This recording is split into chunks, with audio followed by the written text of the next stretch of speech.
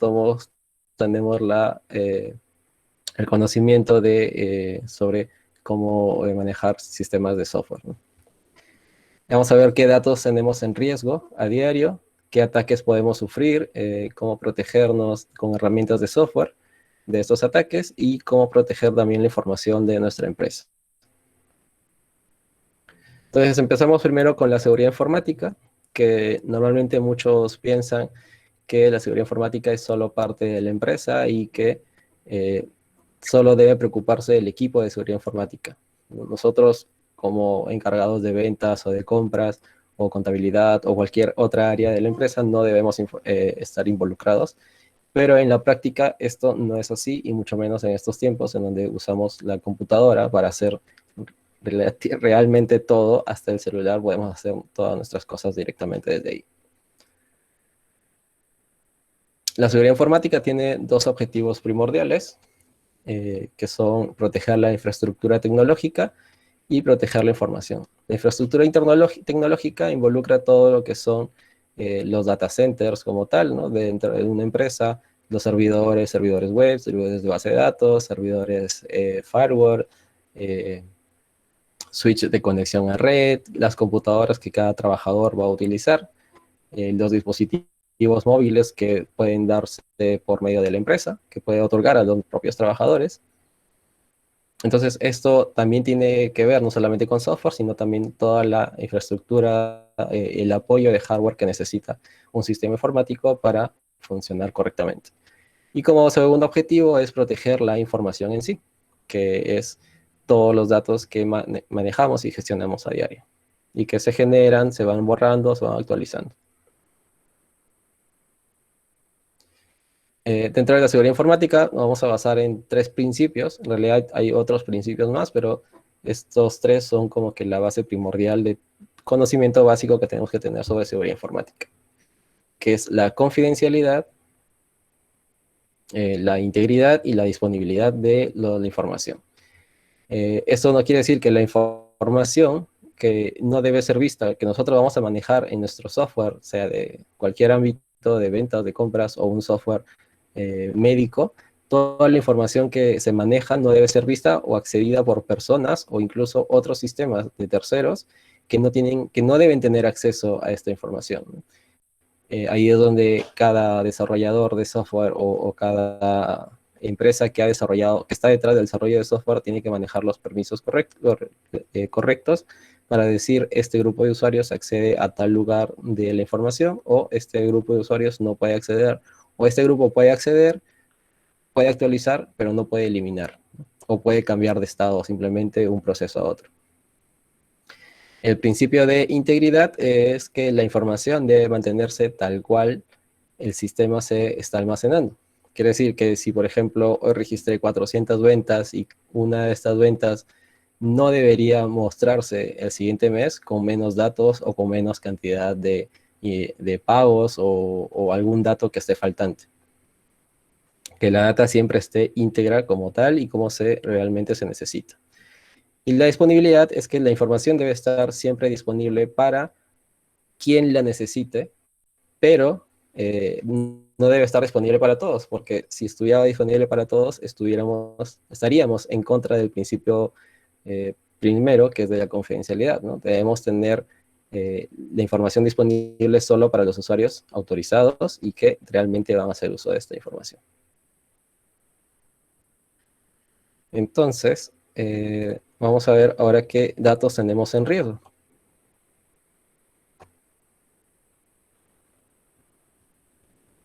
Okay.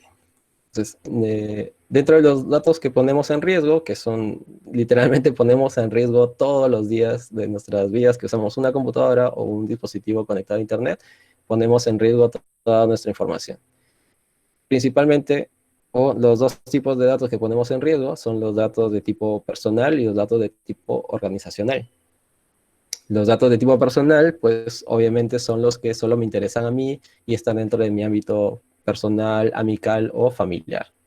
Por ejemplo, las cosas que publicamos en nuestras redes sociales, que a diario revisamos las redes sociales, el Facebook, el Twitter, YouTube u otra red social que estemos suscritos, ¿no? Entonces hay que tener mucho cuidado en qué publicamos, qué compartimos o qué accedemos directamente de las redes sociales, que más adelante vamos a ver a un tipo de ataque exclusivamente solo de redes sociales. Y también tenemos que ver si es que, por ejemplo, estamos trabajando una oficina de la empresa y queremos tomarnos una foto, pero acabamos de salir de una reunión de ventas en donde hemos visto gráficos de todas las estadísticas que están manejando el área de marketing o los gastos que se van a hacer o las cosas que se van a comprar. Entonces, estás en un grupo de amigos, se toman una foto y por ahí se filtra este gráfico que no debería estar circulando por internet, pero que tú sin darte cuenta y sin mala intención publicas en tus redes sociales y después esto puede conllevar a problemas de la empresa que está publicándose redes filtradas, información filtrada. Después tenemos la información de cuentas bancarias personales, porque ahí obviamente tenemos el número de nuestra cuenta bancaria o el número de cuenta interbancaria, y esto, que se filtre esta información en internet, va a ser muy perjudicial, porque ya hemos visto en las noticias de gente que reporta robos de sus tarjetas o de aplicativos de transferencias. La información de facturas, que normalmente cuando llega una factura hay que tener cuidado que no se comparta, porque estos documentos, aunque se ven sencillos, tienen el número de identificación, tienen tu dirección, pueden tener tu teléfono, pueden tener también el monto por el cual se está facturando, y entonces si alguien más tiene acceso a este documento, va a saber más o menos cuánto tú manejas de dinero, y a eso se puede llevar a otro problema. Y de igual forma, la información familiar, que son los datos de nuestras familias, padres, hijos, hermanos, cada uno de nosotros es responsable de nuestra propia información, ¿no? Si yo publico una foto o información sobre un familiar, también estoy poniendo en riesgo su información de él, a pesar de que él no esté publicándolo. Y por otro lado tenemos los datos organizacionales, que están relacionados ya directamente con el flujo de trabajo de la empresa. Que es su know-how que va a realizar en su trabajo diario, ¿no? O su core de negocio. Pero en estos tiempos todas las empresas también ya tienen redes sociales, y entonces ahí hay que tener cuidado sobre qué se publica en un perfil de las redes sociales, porque normalmente hay lo que se conoce como community managers, que manejan varias cuentas empresariales, pero a la vez tienen su cuenta personal. Entonces hay sistemas o aplicativos que te permiten manejar varias cuentas a la vez, y normalmente el community manager tiene su cuenta personal en una columna, su cuenta empresarial o de las inquietas empresas las tiene en diferentes columnas, pero cuando va a compartir cierta información, no seleccionó bien sobre qué empresa o sobre qué página de qué empresa va a publicar, y terminó publicando erróneamente, ¿no? Terminó publicando información confidencial o, perdón, información comercial que no debería publicar en la otra empresa, o él mismo da su opinión personal en un comentario que alguien realizó en una publicación de la empresa en sus redes sociales. Otro dato organizacional son la estructura interna, que hay que tener cuidado, porque normalmente alguna empresa puede ser muy reservada en cuanto a cómo está estructurada internamente y no quiere que sus competidores se lleguen a conocer sobre cuáles son los cargos exactamente que están dentro de la empresa. La información métrica, la información financiera, que involucra todo lo que son métricas, facturaciones, estadísticas, resultados de ventas anuales, todo eso tenemos que tener en cuenta a la hora del momento de publicarlos, o simplemente tener en cuenta la importancia de estos datos cuando están en nuestras manos. Y después tenemos información tributaria, que tiene que ver cosas de impuestos, de rendición de cuentas u organismos de control, porque aquí se manejan todos los datos, por ejemplo, los archivos que se envían a la SUNAT u a otro organismo de control que tiene que manejarse con toda la información financiera también, ¿no? Que va a la par con la información tributaria. Entonces hay que tener mucho cuidado a la hora de manejar estos datos y no simplemente estar tan suelto de brazos para no comprometer la información de la empresa, ya que toda la información que se filtre de la empresa va a perjudicar a la misma organización. Entonces, teniendo estos datos, hay que saber ahora qué ataques puedo sufrir o qué ataques me pueden afectar en base a mis datos o información que yo tengo guardada. El primer ataque que tenemos, que es los más conocidos, que son el malware en general, que son varios tipos de malware. Los más conocidos son los virus, también tenemos troyanos, tenemos adware, tenemos spyware, tenemos gusanos, tenemos ransomware, tenemos rootkits, bootnets, tenemos puertas traseras, en fin. Hay un montón de formas de cómo catalogar los malware.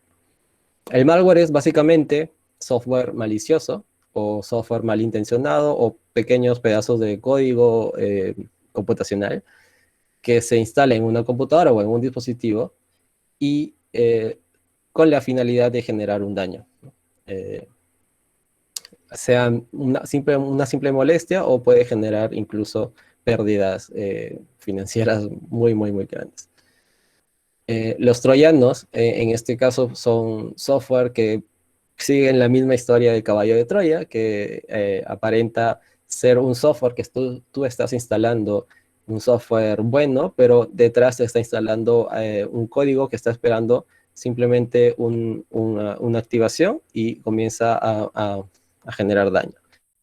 Los troyanos normalmente se suelen instalar o se suelen normalmente instalar para generar adware, generar spyware o dejar puertas traseras para que alguien en algún momento llegue e instale algún virus o cause algún daño en los servidores o en la información de la empresa.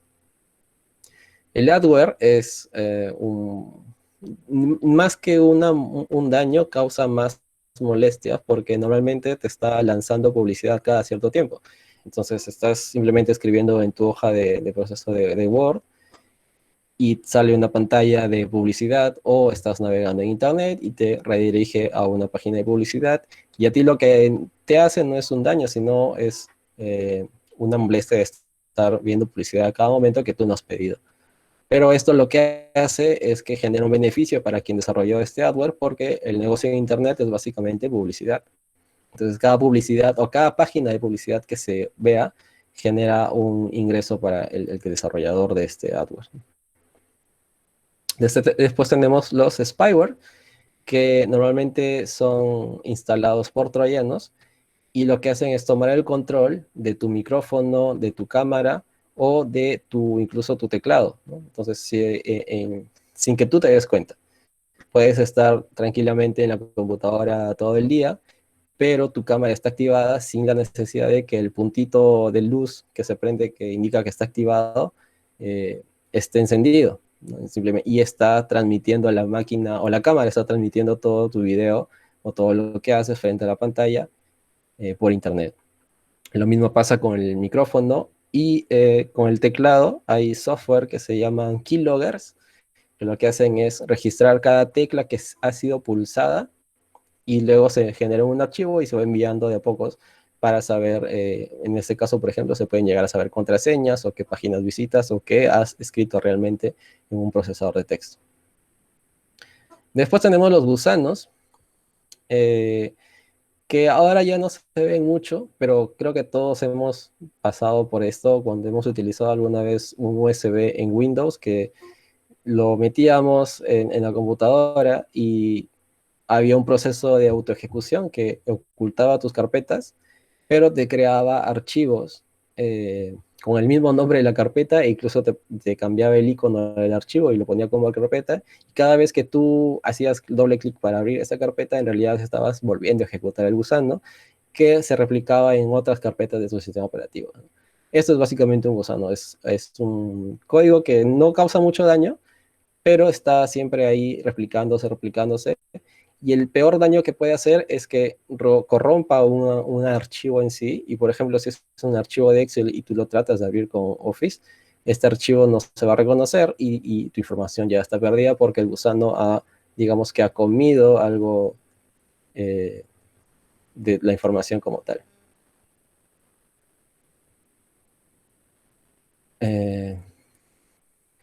Entonces, en el caso del spyware, por ejemplo, lo más simple que podemos hacer es desactivar el micrófono y comprarnos o conseguir algo para tapar la cámara. Puede sonar muy paranoico, pero créame que es muy posible que alguien o que alguno de nosotros esté siendo observado por algún software que ha instalado, si es que no ha tenido la correcta seguridad de actualizar su antivirus o realizar un escaneo de vez en cuando.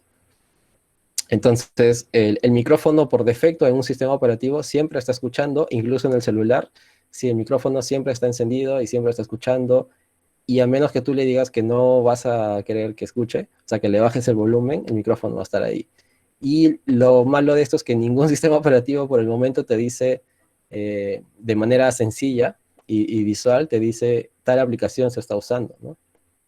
Entonces, la recomendación es bajar siempre el volumen y hay una especie de tapitas que sirven para poner encima de la cámara, que son como cortinas y que cuando vas a realizar una videollamada, corres la tapita y pones realmente ya activas la cámara. Si es que alguien está entrando a ver tu cámara por medio de un spyware, lo que va a hacer es ver una pantalla negra.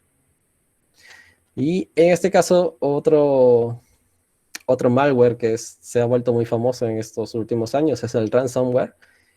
Ransomware viene de la palabra en inglés que significa secuestro y básicamente lo que hace es secuestrar tu disco duro. Lo que hace es que te instala el código, se replica y este se encarga de encriptar todo tu disco duro y después te va a llegar un correo de alguien desconocido que está en X punto del planeta y te va a decir, tengo tu disco duro secuestrado, tengo toda tu información, si no me entregas tanto cantidad de dinero en tanto tiempo, pues se va a perder y no vas a poder tener acceso.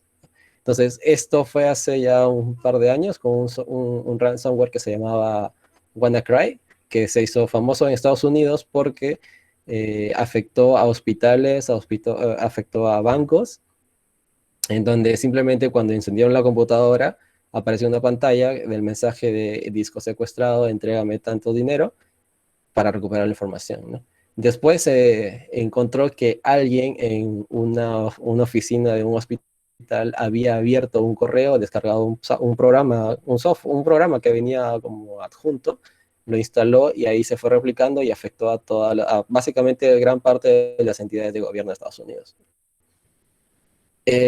Entonces, el ransomware es una de las cosas más peligrosas ahora. De hecho, hace 2 semanas también hubo otro ataque de ransomware. Y el problema con esto es que no es tan sencillo como decir, ya tienes mi disco duro, te pago tanto y me devuelve la información. Porque lo que hacen estas personas es usar criptomonedas, que es otro tema que quizás se pueda generar alguna charla más adelante. Pero las criptomonedas son una moneda digital que no existe en el mundo real, simplemente es en base de mecanismos matemáticos, pero tienen un valor, ¿no? El más conocido es el Bitcoin, que ahora creo que vale como cada Bitcoin vale algo de 20,000 o 15,000 dólares, y eso es lo que te piden ellos, porque si tú das un dinero en efectivo o un dinero con una transacción bancaria, la transacción en sí misma es muy fácil de detectar, ¿no? Porque tú vas a decir, esta cuenta le pertenece a tal persona y la policía puede ir en contra de esta persona y apresarlo, ¿no?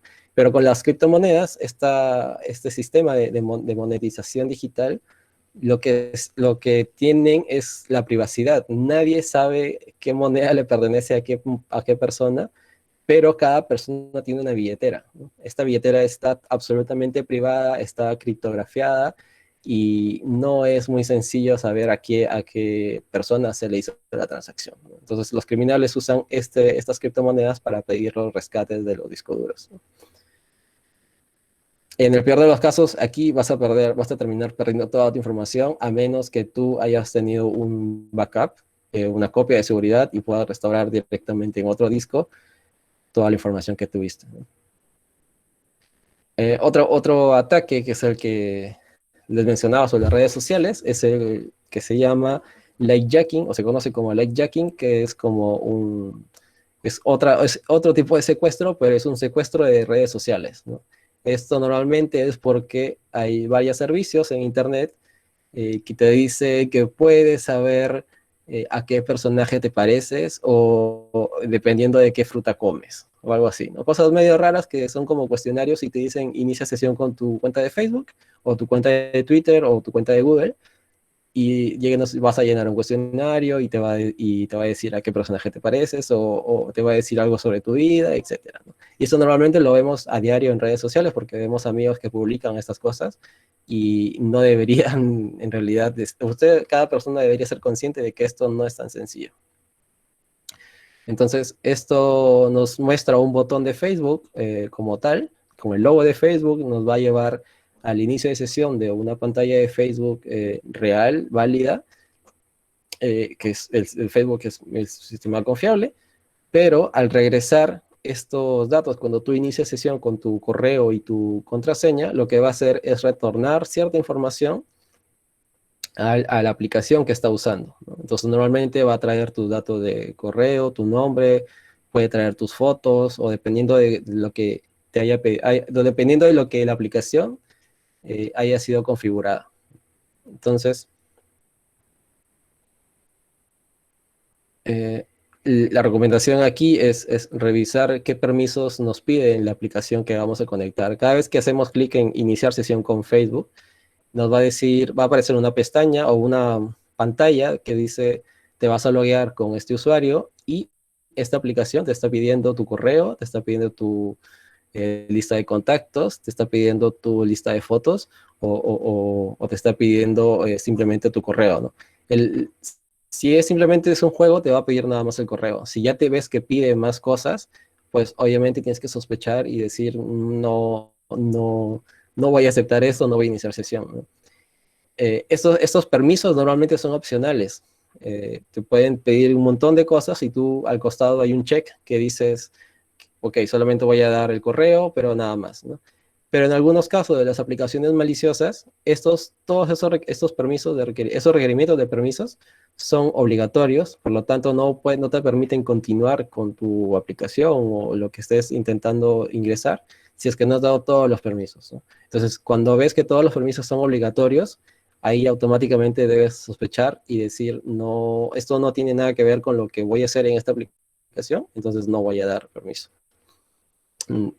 Por ejemplo, con el otro caso de los community managers, la recomendación es no crear perfiles de redes sociales con el correo empresarial, ¿no? Cada persona tiene un correo personal que puede estar en Gmail, en Outlook, Hotmail o Yahoo, etcétera, ¿no? Pero cuando empieza a trabajar la organización, si es que tiene una cuenta de correo corporativo, asigna un correo a cada persona también, ¿no? Y muchas veces hay gente que se registra en servicios o páginas web con el correo organizacional porque no quiere recibir spam eh, o correo no deseado después de haberte registrado en la aplicación de Globo o de Rappi y usas el correo empresarial, ¿no?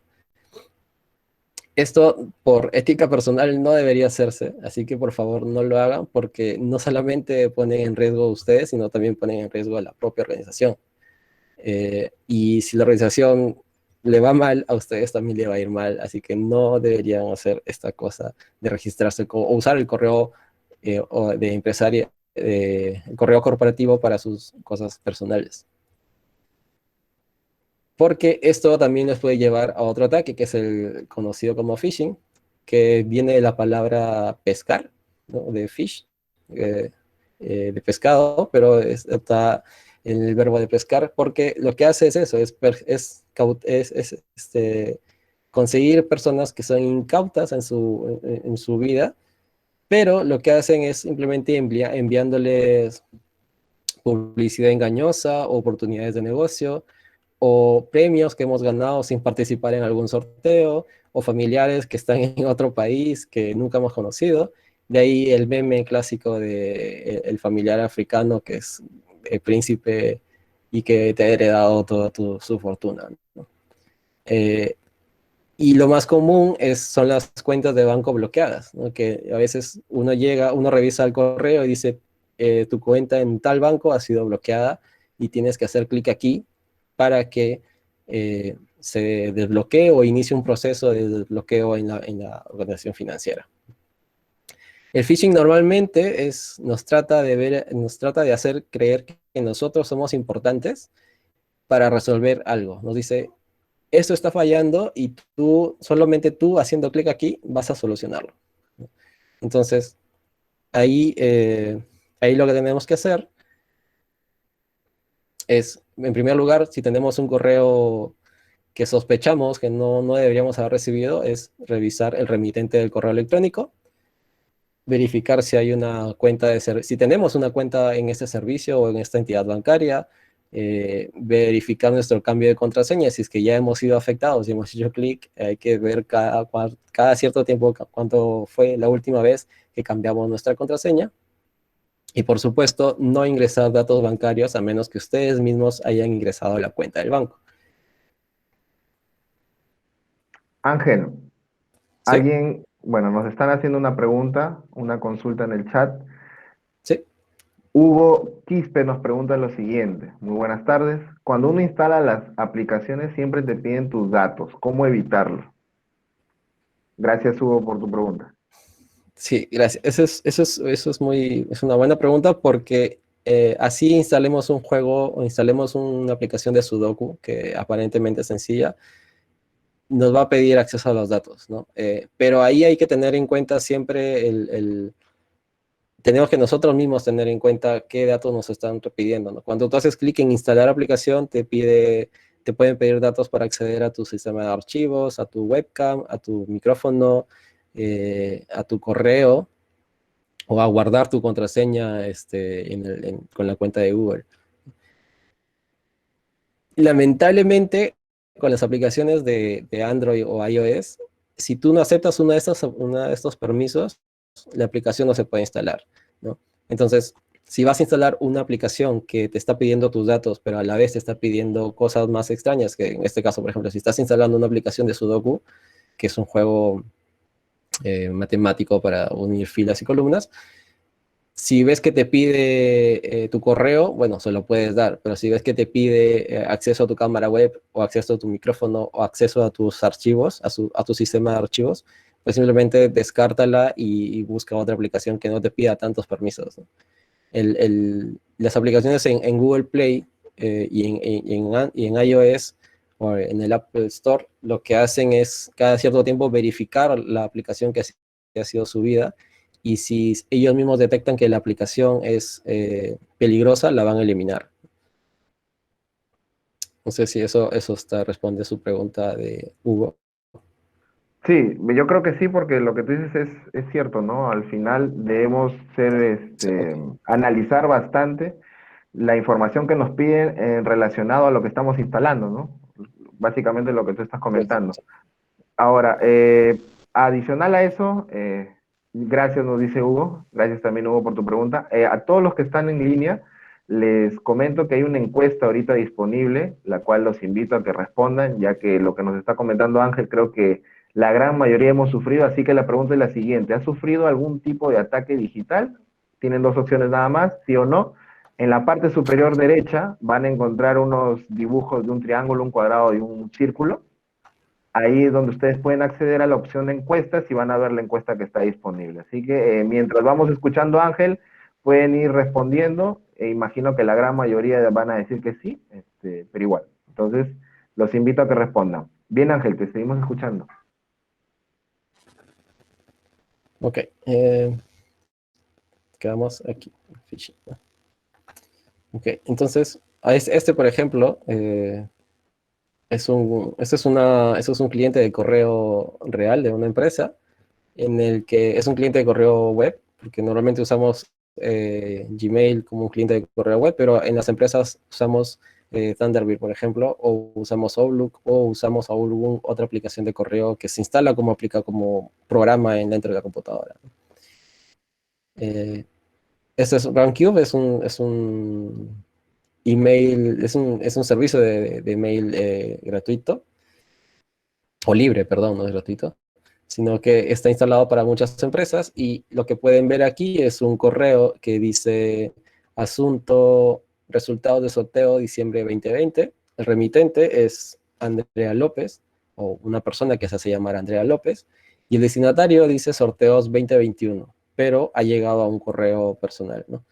Entonces, el nombre, el hecho de que sea destinatario, sorteos en plural 2021, se puede por ahí, nos puede hacer pensar de que nosotros hemos pertenecido a un grupo, o que este correo ha sido enviado a un grupo de personas, ¿no? Este grupo puede llamarse Sorteos 2021, eso es válido, ¿no? Pero el hecho de que yo personalmente no conozco a una persona que se llame Andrea López, entonces, ¿por qué me llega un correo a mi bandeja de entrada en donde dice que revise si he sido ganador de algo, de un premio? Normalmente estos correos, si es que el filtro, cada sistema de correos tiene un filtro de correos, ¿no? Gmail, por ejemplo, es muy bueno con su filtro porque Google ha hecho buen trabajo filtrando correos y siempre está actualizando su base de datos de correos maliciosos. Normalmente este correo debería ir a la carpeta junk o carpeta de no deseados o correo basura, ¿no? Pero en este caso, el correo ha llegado a la bandeja de entrada, ¿no? Ha saltado el filtro y ha llegado a la bandeja de entrada. Y cuando tenemos estos correos en Hotmail o en Google, si es que el filtro ha funcionado, lo que vamos a ver es puro texto. No vamos a ver imágenes porque a través de las imágenes podemos nosotros ser rastreados de que hemos abierto el correo o de cuánto tiempo permanecimos leyendo el correo. Entonces, por seguridad, los clientes de correos ocultan las imágenes o no las cargan. Entonces, cuando vemos un correo así, lo primero que tenemos que hacer es revisar qué enlace nos envía y después verificar las preguntas que nos hicimos anteriormente. Tengo una cuenta en este servicio. Esta página parece que me va a redireccionar a una URL que tiene bekbm.com. Y el enlace apunta a una carpeta de inicio 2 y a un archivo index.php. Si yo hago clic ahí, probablemente al no conocer a Andrea López, es que esté cayendo en un ataque de phishing, ¿no? O en un ataque que me quiere robar los datos. Entonces, cuando tienen un correo, siempre que vayan a hacer clic en algún correo, verifiquen o tomen la molestia, por favor, de verificar la barra de estado del navegador, que siempre está a la esquina inferior izquierda o en algunos casos puede estar en la esquina inferior derecha. En este caso, ahí lo pueden ver en la esquina, en este caso coincide la URL que aparece en la barra de estado, coincide con la URL que me figura en el correo, ¿no? Entonces, eso me haría pensar de que el correo es válido, ¿no? Porque normalmente los ataques, los correos que llegan a la bandeja de correo no deseado, la URL que me indican no es exactamente la misma URL. Y esto, los algoritmos de análisis de software, o de correos, perdón, verifican que el correo figure como tal, y si no figura, pues directamente se filtra y no se muestra como un correo en la bandeja de entrada. Entonces, en este caso, particularmente, no debería hacer clic o no debería hacerle caso a este correo porque sé que no he participado en ningún sorteo, sé que no me he registrado para ganar ningún premio y sé que no tengo una cuenta en bkbm.com, ¿no? Entonces, lo que puedo hacer ahí es agarrar ese correo, reenviarlo a alguien que conozca sobre seguridad informática, o si es que estoy trabajando, reenviarlo al área de informática y decirle, oye, tengo este correo, revísalo para ver qué tan verídico es, ¿no?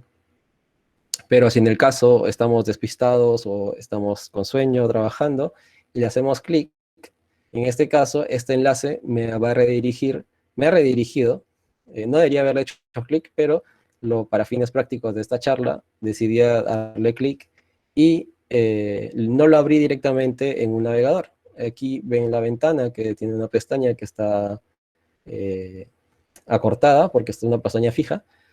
Y en la siguiente ventana ven que estoy en una ventana de navegación privada o navegación en modo incógnito, que es lo que representa ese iconito, ese circulito morado con una especie de antifaz. Eso me está indicando que yo estoy en una ventana de navegador privado, ¿no? O estoy navegando en modo incógnito. Entonces, al hacer clic en el enlace, me ha redirigido a una página que es login.microsoftonline.com, ¿no? Sin mostrarme nada, algún dato adicional, simplemente me ha pedido inicia sesión aquí.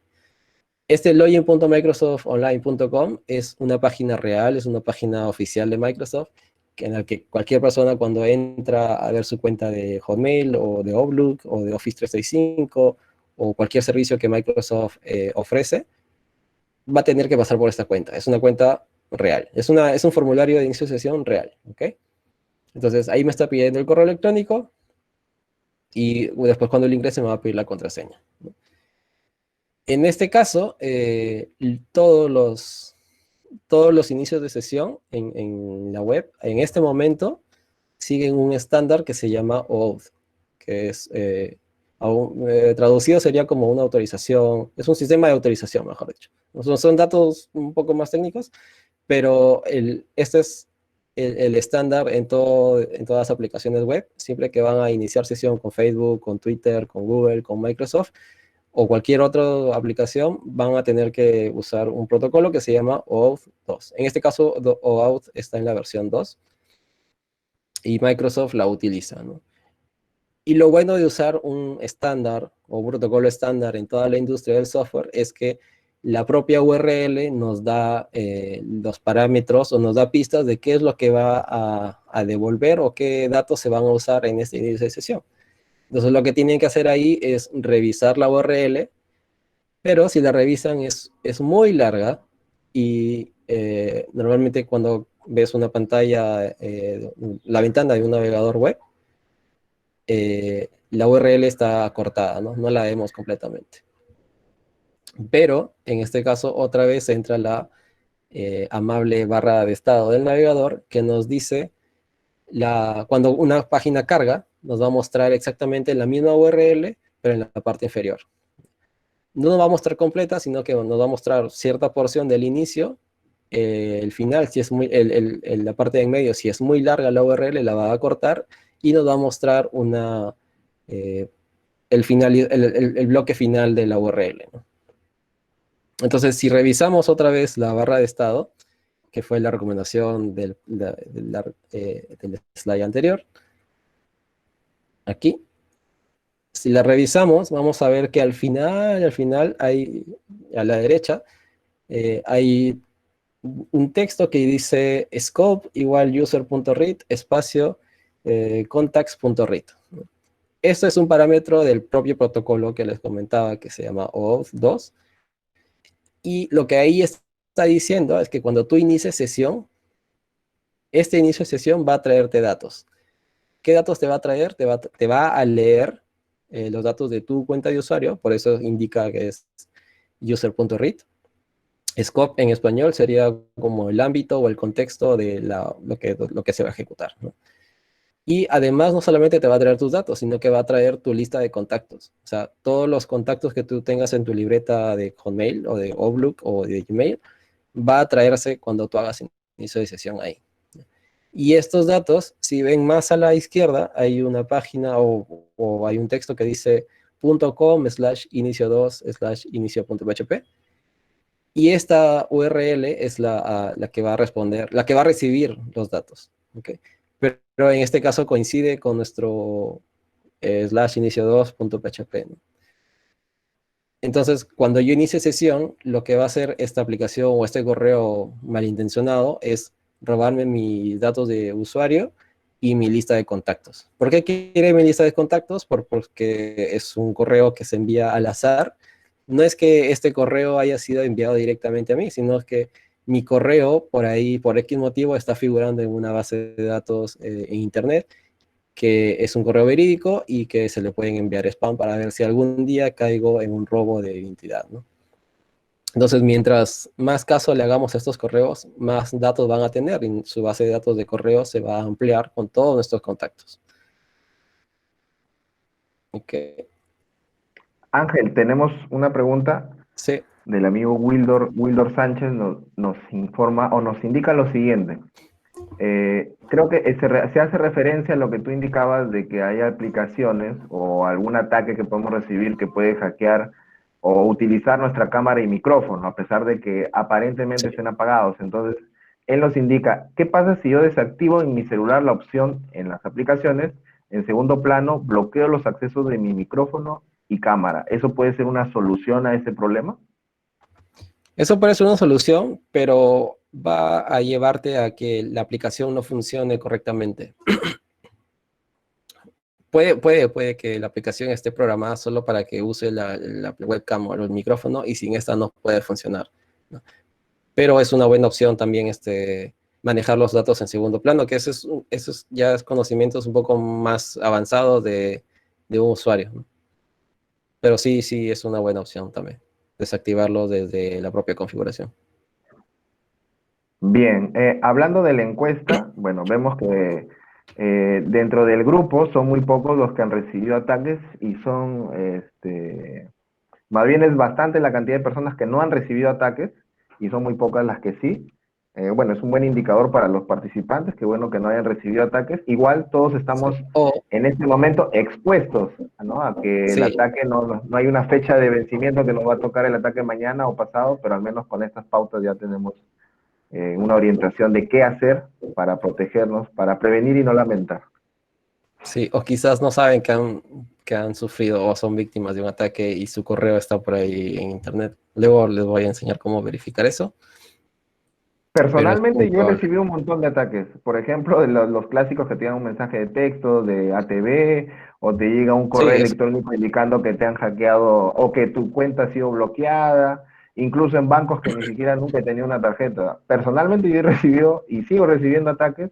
Yo creo que la gran mayoría, en general, no necesariamente los participantes, en algún momento nos ha llegado un mensaje de texto o un correo con este tipo de características y ya lo tomamos a la broma, ¿no? O sea, hasta memes hay de esas cosas, ¿no? claro, en el caso del phishing no solamente se involucra en correos electrónicos, sino que va más allá de la computadora y se mete en los dispositivos con los mensajes de texto. E incluso hay campañas de las propias televisoras que dicen que no hagan caso, que ha recibido un correo, porque ellos nunca te van a premiar. Ok. Entonces, otro ataque que sufrimos, que no es exactamente un ataque informático, es lo que se conoce como ingeniería social. La ingeniería social la podemos hacer incluso nosotros, cualquier persona. Si eres muy conversalón, puedes estar haciendo un ataque de ingeniería social a otra persona, ¿no? El caso más, o el ejemplo más común es el de el taxista que te está llevando en su servicio de taxi, ¿no? Que tú le haces la conversación o él te hace la conversación y uno de los dos puede llegar a saber si está casado, cuántos hijos tiene, en dónde trabaja, en dónde vive, si tiene un perro, si tiene un gato, si va al hospital, si va al trabajo, etcétera, ¿no? Estos datos, aunque no lo crean, aunque lo vean muy paranoico, cada vez que te preguntan datos personales, hay que tener en cuenta la información, ¿no? Los primeros slides que vimos de los datos en riesgo, que son los datos personales, hay que tener en cuenta porque con estas simples preguntas y que son muy sencillas, lo que se puede llegar a ocurrir es que en algún momento alguien intente generar una contraseña en base a esas respuestas, ¿no? Normalmente cuando tú creas un correo, te hacen, creo que 3 preguntas de seguridad, que es el nombre de tu mamá es soltera, la primera mascota que tuviste, el nombre de tu papá o el nombre del lugar de donde nació tu papá o cosas así, ¿no? Incluso los bancos también te preguntan estas cosas para, en caso te roben tu cuenta, tú puedas restaurarla con estas preguntas. Pero son preguntas muy sencillas porque son de ámbito personal, que cualquier persona, incluso, como el ejemplo es un taxista, te puede conseguir, ¿no? Y lo que hace la ingeniería social es generar confianza o aparentar una confianza para que tú sueltes esa información. Entonces, la recomendación ahí es no dar toda la información eh, de más, no dar la información de más. La ingeniería social también tiene que ver, normalmente cuando vamos a un Starbucks o a alguna cafetería con nuestra laptop y estamos trabajando ahí, o incluso estamos dentro de la misma empresa, solemos dejar los equipos para ir al baño o para ir a comprar o salir a almorzar o a irnos a una reunión, solemos dejar el equipo tal cual, ¿no? Estamos trabajando en nuestro sistema de ventas, nos paramos un instante por un vaso de agua y dejamos el equipo tal cual. Puede venir alguien que sea extraño a la empresa, o un visitante, o un cliente, o un compañero de trabajo, ingresar a la computadora, verificar si tenemos algún inicio de sesión en un área específica de nuestro software, o incluso en nuestras redes sociales, y publicar o obtener información que no deseamos. Entonces, cada vez que nos alejemos de la computadora, hay que bloquearla, sí o sí. Así estemos en casa trabajando en remoto, puede llegar tu sobrina y borrar los registros que estás haciendo, o o puede tu mascota derramar algo sobre la computadora y se va a terminar rompiendo o borrando datos, ¿no? Y la recomendación es, en el caso, por ejemplo, de la ingeniería social, es que cuando tú vas, por ejemplo, en el microbús, en la combi, o estás otra vez en una cafetería, alguien puede estar viendo siempre detrás de ti lo que tú haces. Entonces, tienes que estar bien atento, sobre todo en ambientes públicos, sobre qué datos estás ingresando, eh, y tener en cuenta esto, que alguien siempre puede estar detrás y esté viendo algo, lo que estás haciendo. Entonces, si dejas tu computadora, la bloqueas, y el hecho de bloquearla va a hacer que cuando regreses te va a pedir la contraseña. Y si alguien intenta ingresar cuando tú no estás, obviamente no va a poder porque no sabe tu contraseña.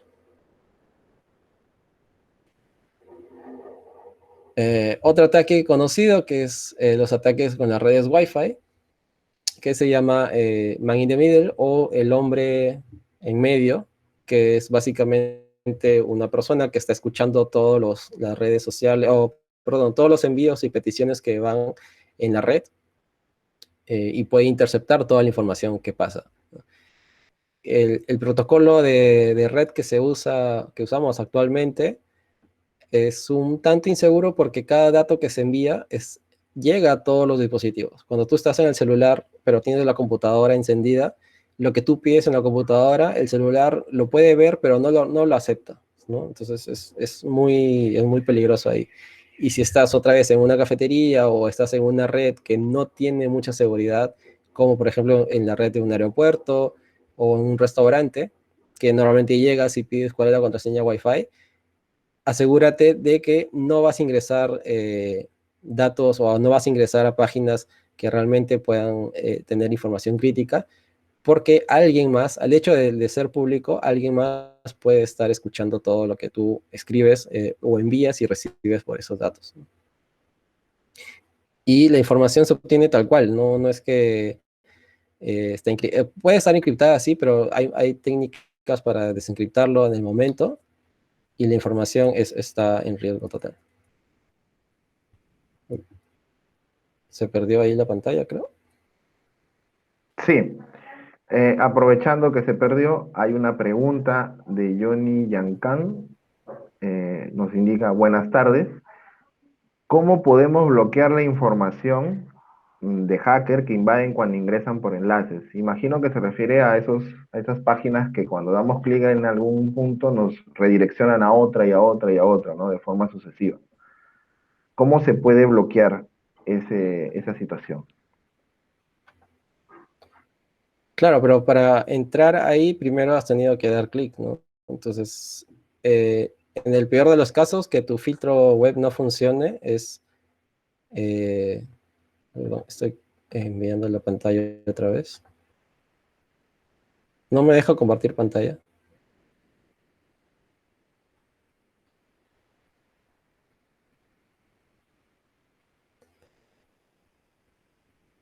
¿En presentar ahora no te deja? Sí. Ya, ahora. Sí, ya, y Sí, ahora ahora sí. está. Ok, entonces, volviendo a la pregunta, ¿cómo podemos bloquear la información de hackers que invaden cuando ingresan por enlaces? Realmente es que no es que no se pueda, sino es que tenemos que tener demasiado cuidado cuando entremos a una página web, ¿no? Si el hacker ya ingresó, pues lo primero que debes hacer es conectar tu computadora y dejarla ahí, y llamar a un servicio técnico para que o la limpie sin necesidad de conectarse a internet, o formatee tu sistema operativo para que recuperes y salves tu información, ¿no? si es que se puede recuperar muchas veces.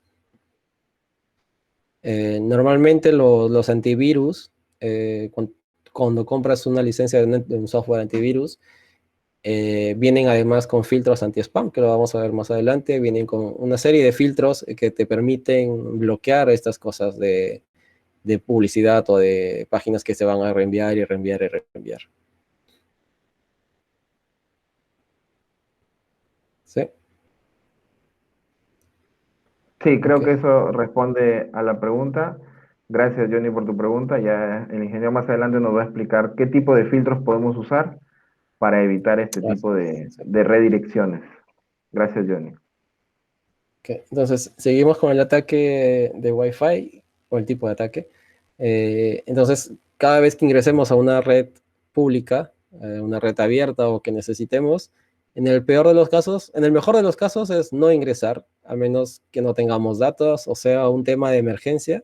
Y si es por un tema de emergencia, pues pensar bien a qué sitio vamos a ingresar y qué información vamos a publicar o vamos a compartir por estos datos. Si estoy en un aeropuerto y necesito conectarme a internet porque no tengo datos o no tengo conexión, pero el aeropuerto me da una conexión gratuita, obviamente no voy a ingresar a mi banco a hacer pagos o transacciones financieras, porque es una red a la que otra persona puede estar conectada con su computadora y con software especializado y puede estar capturando todos los paquetes que recibe la red o que van rodeando toda la red.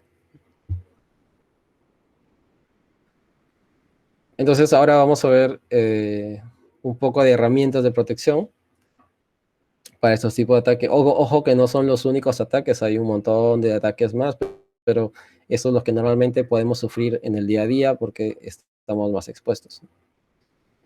Entonces, las herramientas como software de protección, en primer lugar tenemos los antivirus, que era lo que mencionábamos, ahí nos adelantaron con la pregunta, pero los antivirus, cada antivirus ahora que se compra en realidad, hay antivirus gratuitos también, pero no son tan confiables, porque los antivirus con licencia que se obtiene pagando una licencia anual o una suscripción anual, eh, constantemente se están actualizando y las propias compañías están buscando independientemente nuevas fallas de seguridad o nuevos virus o nuevas formas de cómo proteger al usuario. Entonces tenemos filtros anti-spam, que es esto que les comentaba, que cuando llega un correo de phishing hay ciertas reglas que se rigen en el correo para filtrar y decir, este correo es malicioso, te lo voy a poner en esta carpeta para que le eches un ojo después, cuando pues, tengas tiempo, lo revises más detalladamente porque se ve sospechoso. Tenemos también el filtro web. El filtro web te permite configurar ciertas reglas para que tú, si estás en tu máquina, puedas decir, cada página que termine con este dominio no voy a ingresar, o si es un dominio que está listado en una base de datos de publicidad, no quiero acceder a ella. Y hay otros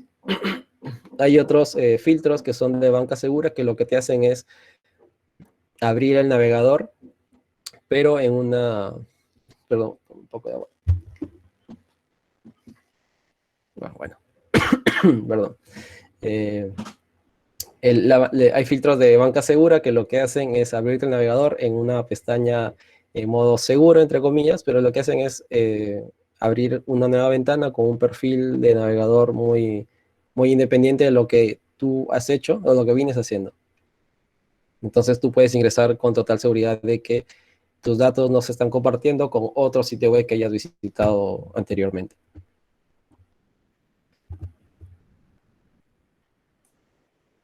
Con los antivirus también hay software especializado también dentro de los propios antivirus que lo que hacen es actualizar las bases de datos y protegerte contra ransomware, que son estas cosas de secuestro, ¿no?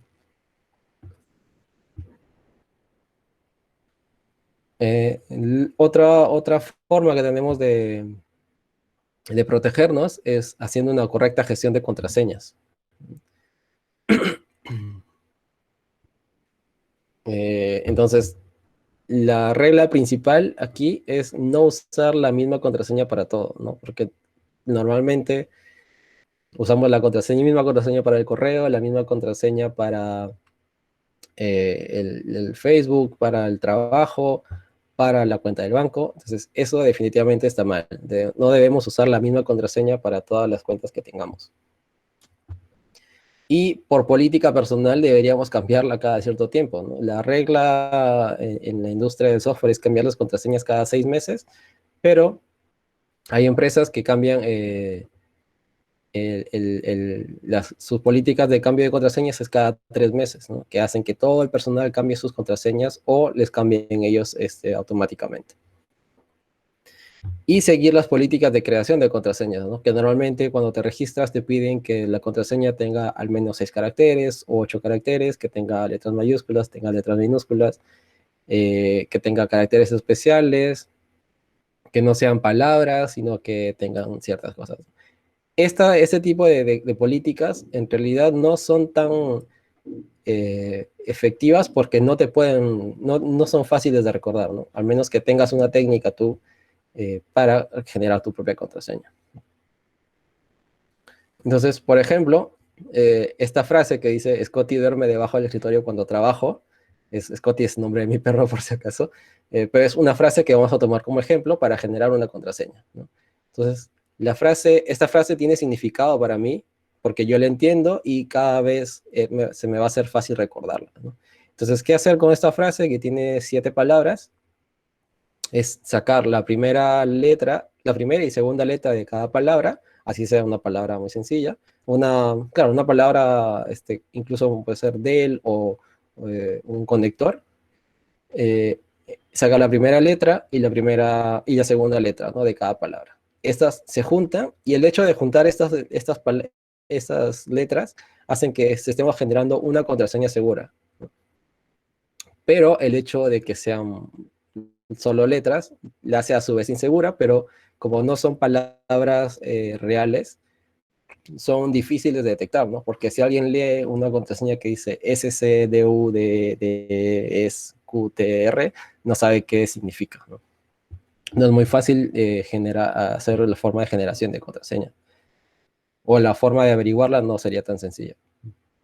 Entonces, una forma para mejorar esta contraseña es reemplazar los caracteres o ciertas letras con números o caracteres que yo diga, este carácter va a reemplazar esta letra, ¿no? Entonces, en este caso voy a reemplazar, o estoy reemplazando la letra S por el número 5, la letra C por el paréntesis que se abre, ¿no? La apertura de paréntesis, los 3 los estoy reemplazando las letras E las estoy reemplazando por el número 3 y la T la estoy reemplazando por el 7.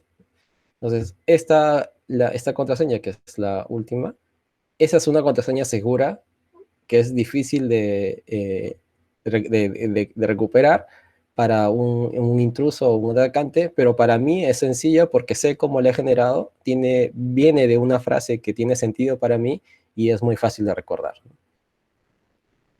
Entonces, ¿cómo podemos saber si nuestra contraseña es segura? Hay varias formas de calcular cuánto tiempo se van a tomar en craquear o en piratear mi contraseña. Una de estas páginas es howsecureismypassword.net. De hecho, si pueden entrar ahora de su computadora y poner la contraseña que usan, la contraseña no se guarda, así que pueden poner la contraseña o probar palabras que son contraseñas para ustedes, ¿no?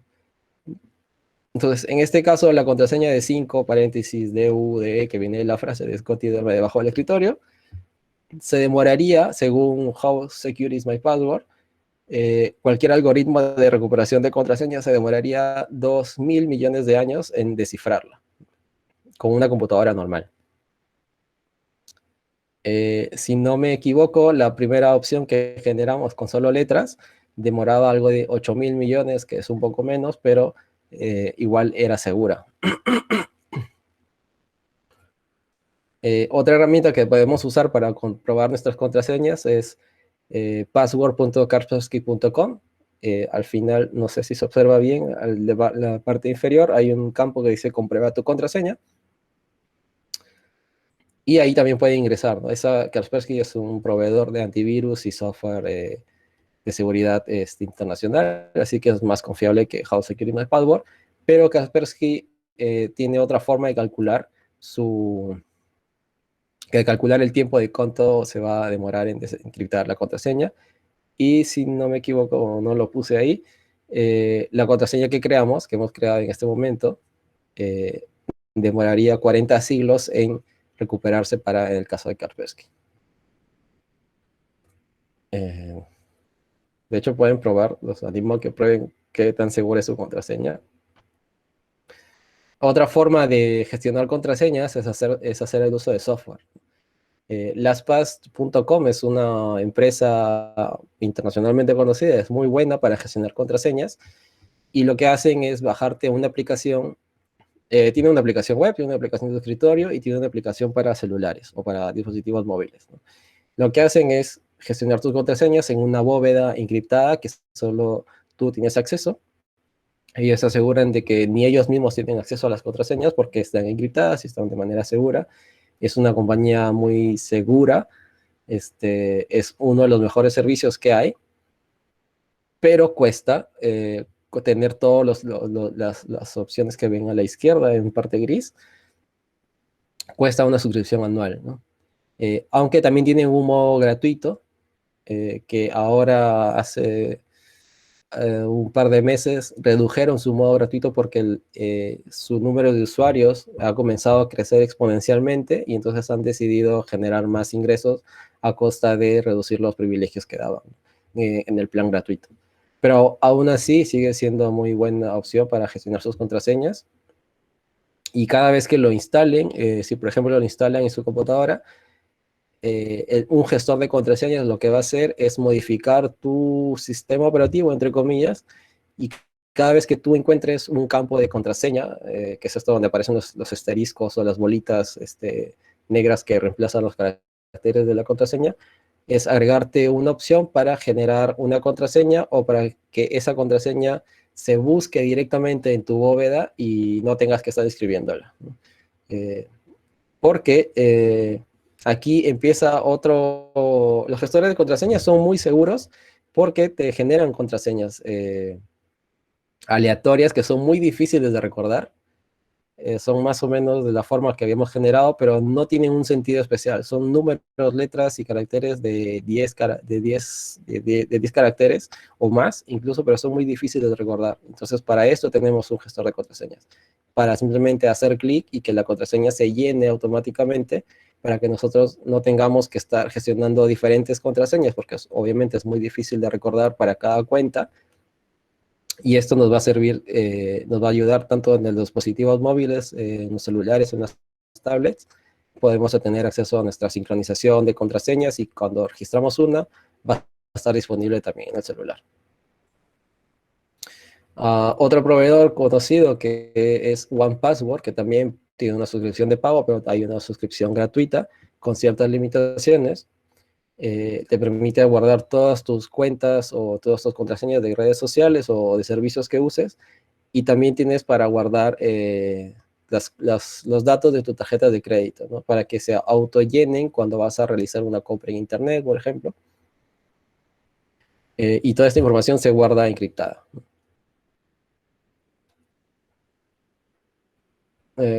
Otro proveedor que es, Mozilla tiene su navegador que es Firefox, y hay un servicio que se llama Firefox Logwise, que es completamente gratuito, y lo que te hace es lo mismo: gestionar tus contraseñas de manera segura, están encriptadas, y también puedes gestionarla del celular. Esto solo es para contraseñas, no vas a guardar ninguna cosa más como notas o como tarjetas de crédito.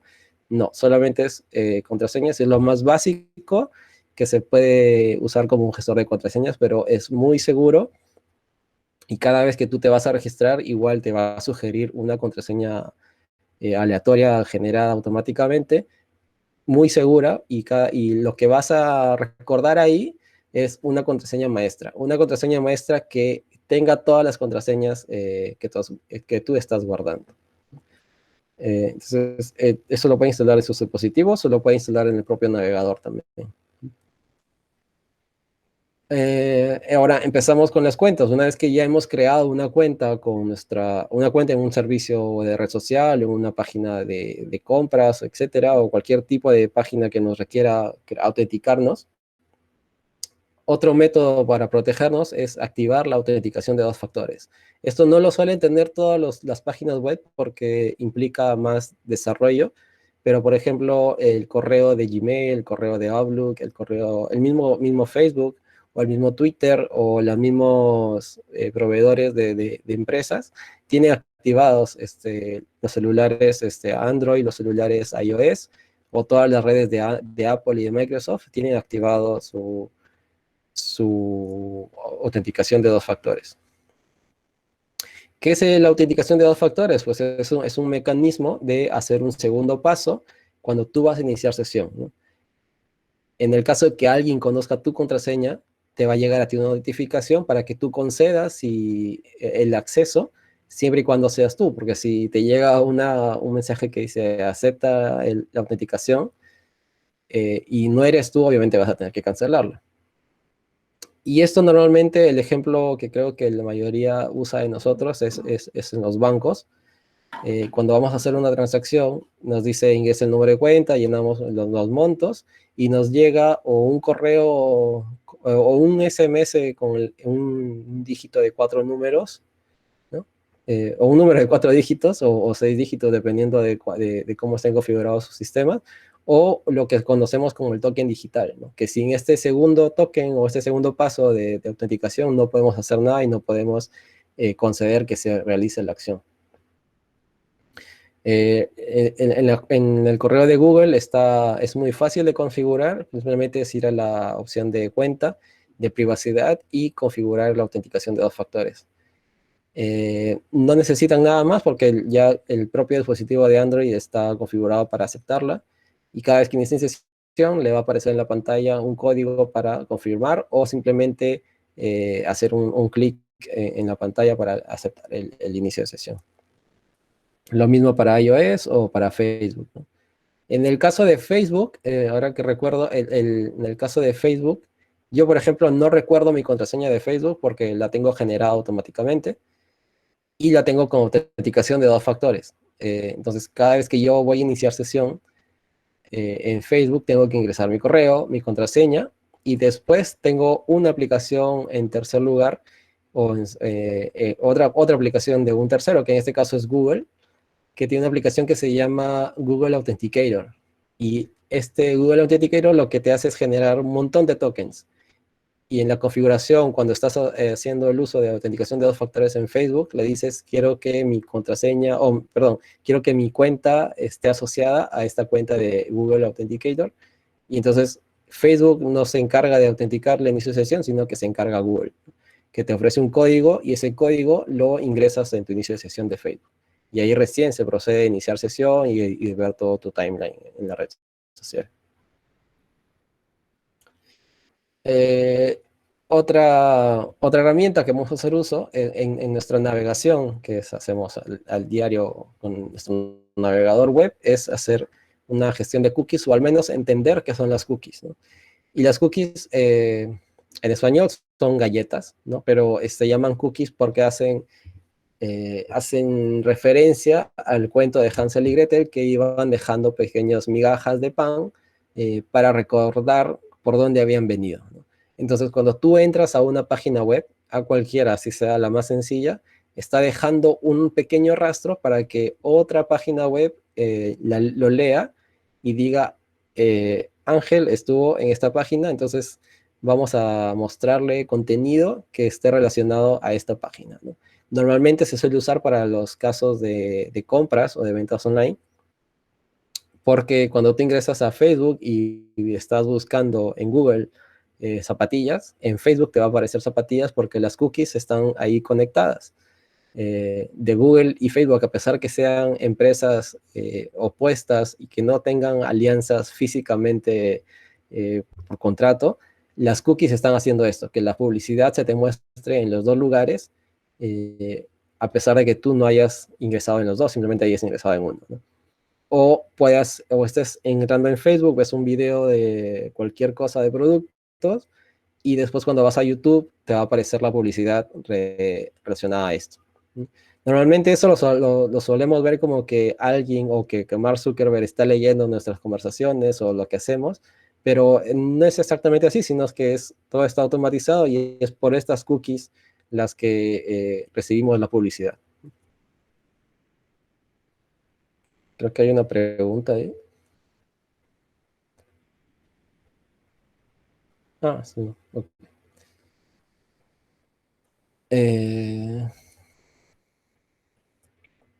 Entonces, ahí tenemos, ahí el tema de cookies es un tema un poco extenso porque usamos un navegador que es que maneja las cookies, pero por ejemplo la gente que utiliza Google Chrome está detrás de Google Chrome está Google que maneja todos los servicios de publicidad, ¿no? Es el servicio de publicidad más grande de todo Internet, que no bloquea tanto las cookies porque es su propio negocio, ¿no? En el caso de otros navegadores como Safari o como Firefox, sí se encargan de bloquear las cookies porque no es su core de negocio, entonces si bloquean la publicidad no van a perder directamente.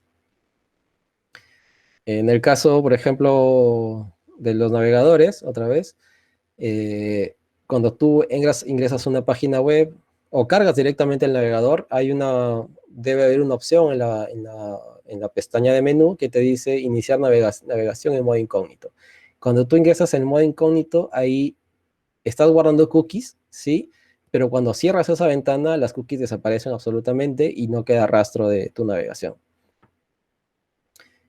Hay otras técnicas que también están implementando todos los navegadores. El último ha sido Chrome en implementarla porque es obviamente su propio negocio, que lo que hacen es que cada sitio web, antes de estos cambios, era que los sitios web podían leer las cookies de todos los sitios por igual, ¿no? Pero ahora lo que hacen los navegadores, Safari, Opera, Firefox, Brave o los navegadores basados en Chrome, por ejemplo, Internet Explorer o Microsoft Edge, lo que hacen es separar o crear un ambiente exclusivo de cookies para que un sitio web, digamos Facebook, no pueda leer directamente los cookies de Chrome, ¿no?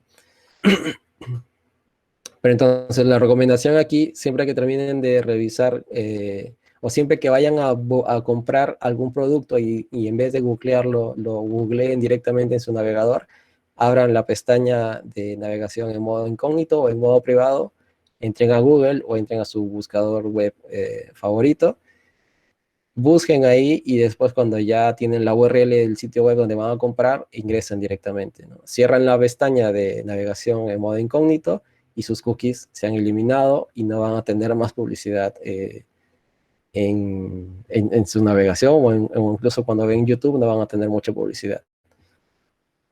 En el caso de Firefox, ya que es el navegador que yo más promuevo, hay una opción que se llama navegación privada mejorada, que lo que hace es eliminarte todos los registros de tracking, de registro de rastreo que puedan hacerte las páginas web.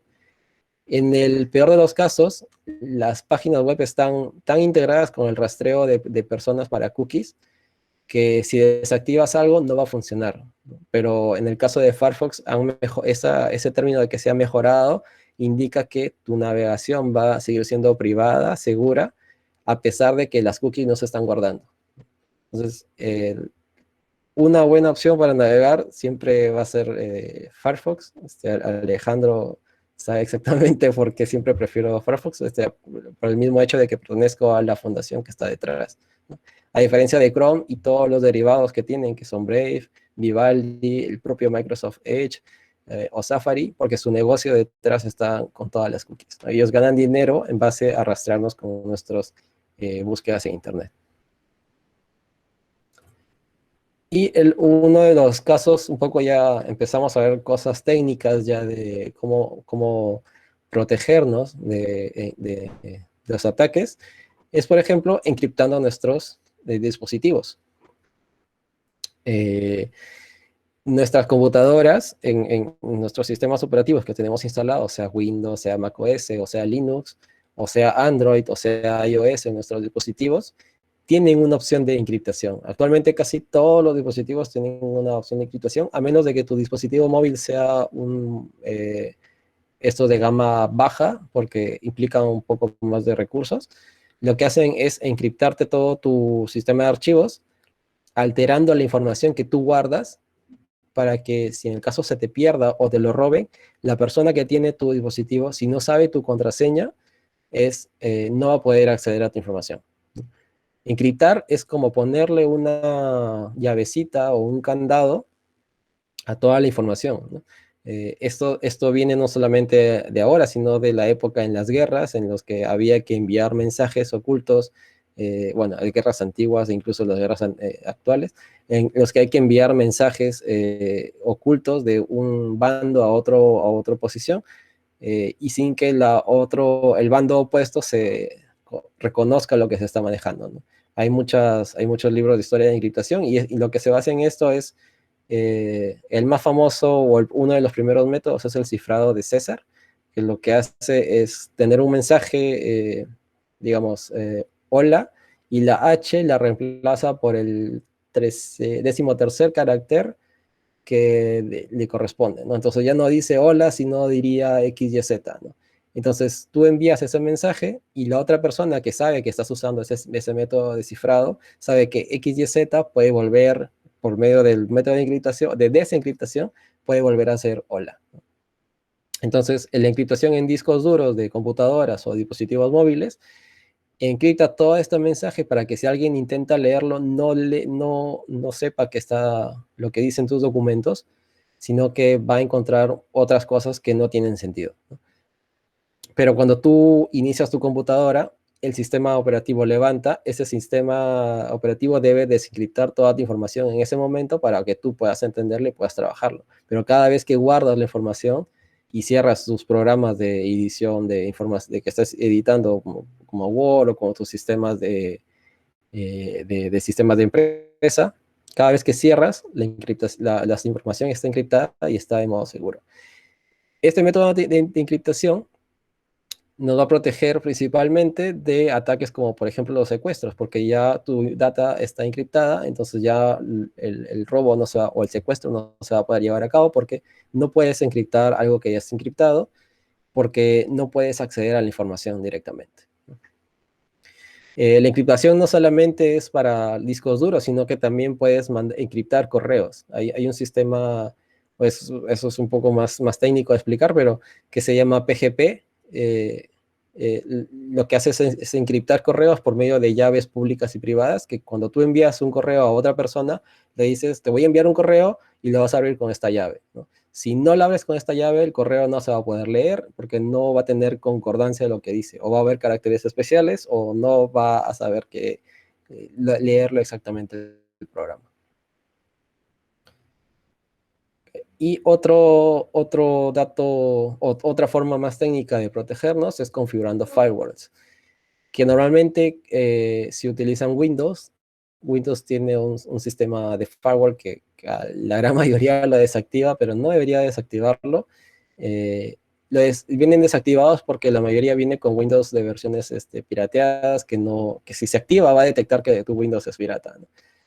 Pero los firewalls nos ayudan a configurar ciertas reglas de entrada y reglas de salida para que si llega un correo o llega una página web que tiene cierto carácter o cierta información en sus datos, se bloquea automáticamente y no pueda salir la información o no puede entrar un virus, por ejemplo, ¿no? Esto se configura de manera muy fácil. En Windows es simplemente hacer checks o definir reglas exactas de cómo se quiere configurar. Y eso nos va a servir para realmente protegernos, ¿no? En el caso de las empresas, los firewalls los utilizan como barreras, como muros de contención para configurar toda la red de la empresa, ¿no? Para definir qué sale y qué no entra, y ahí se pueden bloquear incluso que los empleados no entren a Facebook o que no entren a YouTube o que no descarguen archivos de ciertas páginas, ¿no? Y tenemos también una herramienta que se llama los VPNs o VPNs, que son redes privadas virtuales. Estos son herramientas de software muy, muy, muy interesantes, porque lo que te permiten es que cuando tú te conectas, por ejemplo, de tu computadora, te conectas a YouTube, o vamos a poner el caso más práctico, que es te conectas a Netflix. Netflix, cuando detecta que estás en Perú, te va a ofrecer un catálogo para Perú. ¿Ya? Entonces tú vas a poder ver ciertas películas de todo el catálogo mundial que tiene Netflix, ¿no? Pero las VPNs lo que hacen es crearte un túnel de tu computadora, de tu conexión, pasar por otro servidor en otra parte del mundo, que tú puedes elegir dónde conectarte, y recién de ahí conectarte a Netflix. Entonces tú puedes estar en tu computadora en Chiclayo, eh, y usar una VPN que te conectas desde Japón y puedes de ahí conectarte a Netflix y ver el catálogo de Japón para Netflix, o el catálogo de Netflix para Japón, ¿no? Y toda esta información viaja a través de la red, viaja encriptada y aparentando que estás en otra ubicación. Entonces, ¿esto qué te sirve? Si es que se están espiando o si están tratándote de atacar, todos los datos que tú envíes ya están encriptados, cosa que no pasa en una repetición de red normalmente, porque cuando tú entras a Facebook no, se encripta la información, pero no es tan exactamente una encriptación tan segura. Y puedes usarla, puedes ver, acceder a servicios de otros países, ¿no? Esto en las empresas, por ejemplo, en las empresas que tienen ámbito internacional se configuran porque no se quiere que ciertos datos, por ejemplo, en Estados Unidos hay empresas que no quieren que ciertos datos ingresen en China porque se tienen rivalidad, o no vayan a Rusia, y el túnel permite, las VPNs permiten que el túnel se cree exactamente por donde se quiere llevar la información. Hay servicios gratuitos, como por ejemplo el LATAM o el servicio de VPN de Kaspersky o de TunnelBear, que son servicios de VPNs profesionales, encriptados y seguros, pero te dan servicios gratuitos para que tú hagas tantas conexiones al día y puedas crearte una cuenta, configuras el software en tu computadora, que es muy sencillo, y se activa por medio de un botón, no tienes que hacer nada más. Al momento de instalarlo, él se encarga de configurar tu sistema operativo y lo activas haciendo clic en un botón, lo desactivas con el mismo botón y te va a permitir elegir a dónde te vas a conectar, ¿no? A qué servicio y qué método de encriptación vas a usar también. Entonces, ya que conocemos eso, hay que conocer cómo proteger la información de la empresa, ¿no? Si es que estamos trabajando dentro de una empresa que no tiene un área de seguridad informática o no tiene un área de informática como tal, hay que empezar por nosotros mismos, ¿no? No hay que esperar a que la empresa diga, bueno, mañana vamos a generar políticas para actualizar nuestro sistema operativo, para actualizar nuestros antivirus o para instalar gestores de contraseñas. Ya. Hay que empezar por nosotros mismos porque no hay que ser parte del problema para tratar de solucionar el problema en sí, ¿no? Entonces, no es necesario que nosotros seamos o pertenezcamos o seamos gente informática para preocuparnos por la información, por la seguridad de información de nuestra empresa. Hay que tener en cuenta los datos que vimos al inicio, de datos personales, datos organizacionales, y tener en cuenta siempre que a mayor responsabilidad de nosotros en nuestros cargos, nuestra información va a tener mucho más impacto. Si somos los gerentes de la empresa y perdemos un documento o se filtra por internet, esto va a tener mayor impacto a toda la organización, ¿no? Y de igual forma, si es que los datos son más importantes o más relevantes, hay que tener mayor confidencialidad, y si esto se pierde, pues el impacto también va a ser mayor. Entonces, ahí, por ejemplo, si estamos en nuestro trabajo día a día y entramos a la página web de la empresa y la empresa no carga, hay que hacernos dos preguntas, ¿no? Si es que la página está demorando en cargar, hay que comunicar y decir, la página web no está cargando o el servicio de correo no está cargando. Lo que te pueden responder es, sí, estamos haciendo un mantenimiento de nuestro servicio o de nuestro servidor, eso es normal, va a restablecerse en 15 minutos, en una hora, ¿no? Y lo peor que puede pasar es que te digan, sí, gracias por alertarnos, pero estamos sufriendo un ataque de DOS, que es un ataque de negación de servicio, o un DDoS, que es un ataque de DOS distribuido, y esté realmente sufriendo un impacto a la empresa, pero que alguien no se ha dado cuenta y que tú simplemente estás comunicando y que gracias a eso se pueden tomar acciones a su debido tiempo, ¿no? Los ataques de DOS son ataques distribuidos que se ponen varias máquinas a pedir peticiones a un servidor, ¿no? Cuando tú entras a tu página web de la empresa, si es que alojas un dominio en un servicio hosting, o sea, tienes una página web, esta computadora, esta página web está alojada en una computadora en cualquier lugar del mundo y tiene cierto tamaño para decir hasta aquí doy, ¿no? Entonces, si te llega una petición al día o una petición en una hora, dos peticiones a la siguiente hora, entonces el servidor lo va a manejar tranquilamente. Pero si te llegan a pedir 1000 peticiones por segundo, es porque estás en un ataque. Eso se conoce como ataque de denegación de servicio, porque hacen que tu servicio web caiga y entonces tu servidor ya no va a funcionar y las ventas, por ejemplo, que estás realizando, ya la gente no va a poder realizarlas.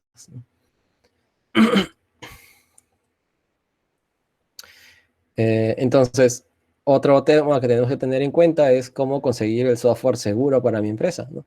Ya hemos visto que hay servicios gratuitos, hay servicios de paga. Si estás empezando en tu empresa, pues obviamente puedes usar servicios gratuitos por cierto tiempo, pero conforme vas creciendo, tu demanda de seguridad de información va a seguir incrementándose y vas a tener que pagar algún servicio extra para gestionar todas tus contraseñas o pagar más seguridad de tu antivirus o pagar algún servidor que te configure un firewall para tu conexión de la red interna de tu empresa. Pero lo más importante es tener un catálogo interno de dónde cada persona puede conseguir software, ¿no? Porque, por ejemplo, mañana empieza a trabajar o mañana tú empiezas a trabajar en la empresa, te da tu computadora, pero no tiene Word, no tiene PowerPoint, no tiene el sistema de ventas, no tiene un software para gestionar redes sociales, etcétera, ¿no? Entonces, la empresa debería decirte, mira, te vamos a instalar este software o bájatelo de tal lugar, ¿no? Hay software que es software licenciado, que es como un software, por ejemplo, en Ofimática, el software más conocido es Microsoft Office de Microsoft, pero también hay alternativas de software libre que son gratuitas, son seguras y te permiten más configuración en una empresa, ¿no?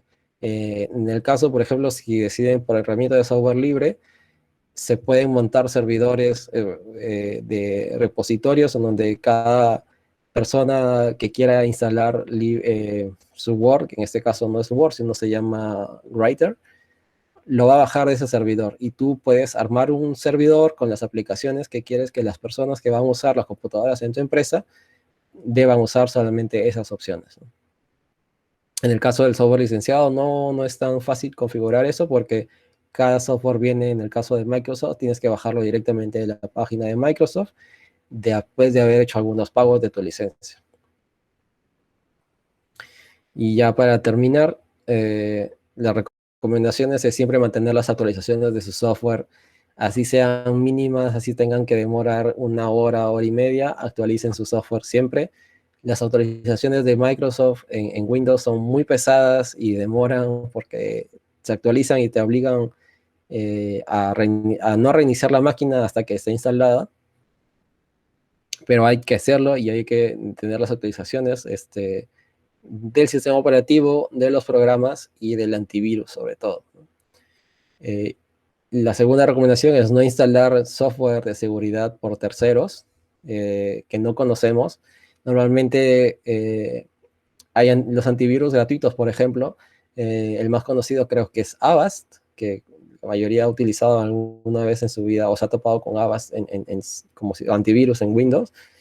Pero ahora Avast ya no es tan confiable que digamos, sigue siendo un antivirus de una empresa reconocida, sigue siendo gratuito, sigue teniendo una versión pagada, pero ya no es tan confiable porque se ha detectado que el hecho de que las personas usaran el servicio gratuito de antivirus, Avast internamente estaba sacando la información de navegación de usuarios y se la vendía a empresas de publicidad. Entonces, esto hacía que se te mostrara más publicidad a las personas que estaban usando Avast internamente. Entonces, Avast, la reputación de Avast como antivirus ahora está un poco decaída, pero supuestamente ya no están haciendo esos acuerdos extraños con terceros, ¿no? Entonces, si van a usar software en su empresa, no es que apoya a la industria de software, sino es que el software legal les va a beneficiar a la larga, a diferencia de tener software pirata en su empresa, ¿no?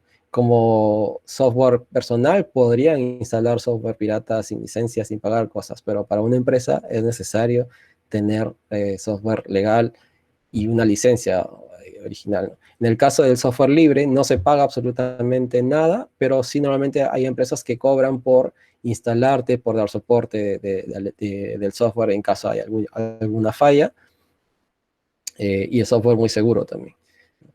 Y por terceros, tener siempre copias de seguridad.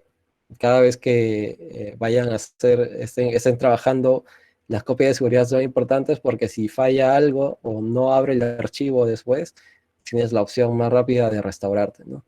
En el caso, por ejemplo, de servidores de base de datos, los que nos dedicamos a hacer desarrollo de software, eh, tenemos una política de cada cuántos tiempos se hace un backup de base de datos, ¿no?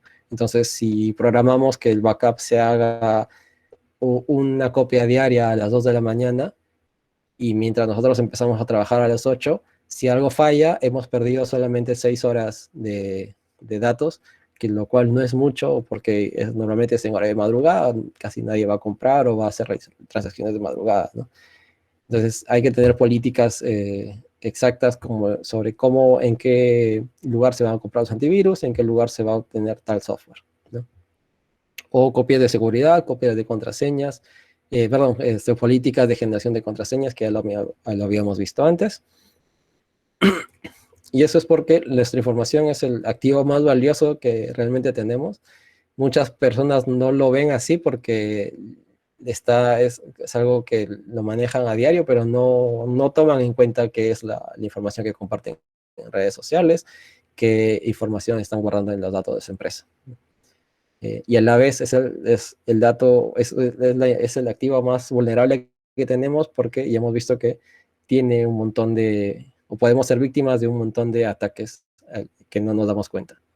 Les había dicho que podían usar una opción para ver si habían sido víctimas de un ataque. Vamos a ver si puedo iniciar sesión. Hay un servicio también que se llama monitor.firefox.com, que es un servicio nuevamente del navegador web Firefox. Y si se registran con su correo ahí, no realiza un cobro, es gratuitamente. Pueden ingresar su correo y ahí les va a aparecer que, por ejemplo, mi correo personal ha estado involucrado en 4 brechas de datos a nivel mundial, ¿no? O sea, mi información ha estado en algún momento involucrada en una base de datos que ha sido corrompida o ha estado hackeada, ¿no? Entonces, la práctica es que, por ejemplo, ahora vayan a monitor.firefox.com, ingresen su correo Ángel, y... ¿Sí? un servicio, sería interesante que dejes el enlace en el chat para que la gente pueda ingresar. Sí. Sería mejor, fácil, ya pueden verificarlo de una vez.